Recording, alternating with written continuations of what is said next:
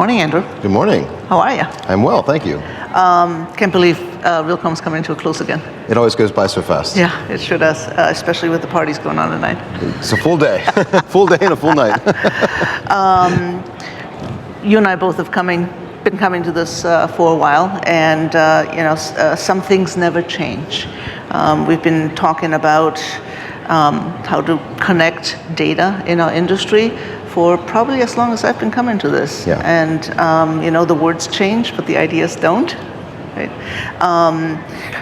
What have been some takeaways for you here at Realcomm this last couple of days? I mean, I think it's very obvious to everyone that we're definitely in another one of those major inflection points being caused by generative AI. It feels very similar to the way it felt about a decade ago with the move to cloud, right? And again, with SaaS offerings and more complex ways of managing data in those cloud services. It's a tricky time though. It's a lot to navigate. My board of directors asked me to present an AI update at the summer meeting next week, so I've been laser focused on that. But my core competency and my core love with the comes technology is using it to harness data. And looking at AI with such a direct focus on how it affects my organization, I've kind of mined that well completely, and now I'm back to where I started, which is like, well, how does this affect how we think about our data? How does it affect how data moves? How does it affect how we kind of think about our landscape for its consumers? Because as you know, obviously businesses thrive on data, not only to file their taxes and pay their bills, but also to actually make decisions as to what to acquire, what to lease, so on and so forth. And that fundamentally, as you said, hasn't really changed.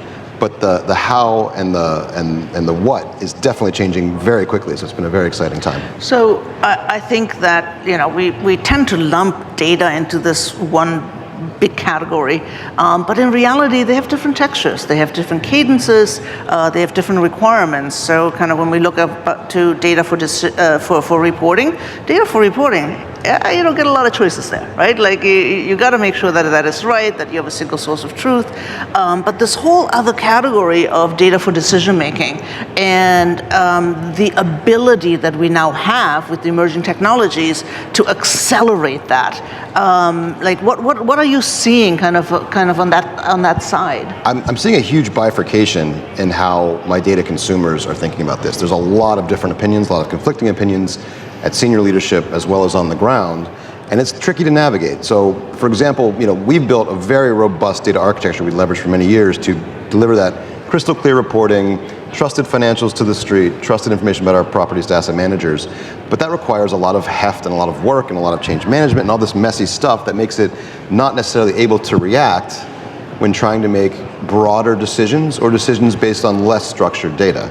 And the trade-offs are real and costly. So I have senior leaders who expect us to maintain that robustness and controls across all key data, conflicting with people on the ground who are seeing these tools, understanding the value, and trying to push forward and do things faster and more aggressively, and are willing to take some risks with regards to integrity or loss of bits of information, precision, whatever you call it, as I think they called it yesterday, squishy data. They're willing to accept squishy data if it means better decisions faster.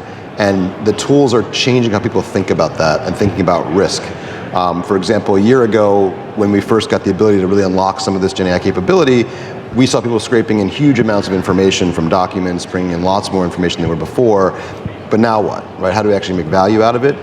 And now another generation of tools have come out with, response augmented generation or, ways to train models more effectively so they can get closer and closer. So I think it's actually converging. I think the traditional methods of cleaning and prepping and using data are going to eventually align with AI, despite them now feeling very much at odds.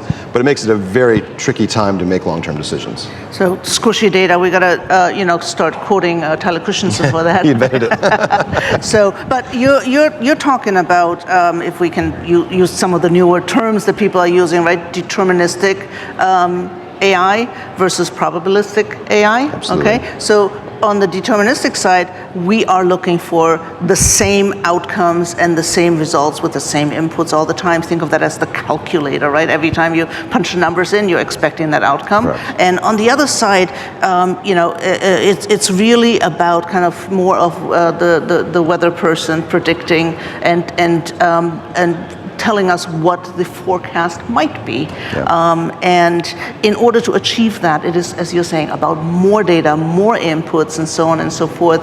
How do you think we need to be thinking about how to just get to that volume of data and the velocity that is now required? It's tricky because it's still that inherent trade-off. And the way I tease this out of my stakeholders, I ask, how important is repeatability to you? You're an accountant, the report is read 100% of the time. Repeatability is the only thing that matters, right? But if you're trying to use data for ideation or understanding a complex multi-tiered market with variables beyond your own ability to model out in your spreadsheet, repeatability becomes less important. It becomes more important to take on as much information as possible and do multiple runs and explore the results, right?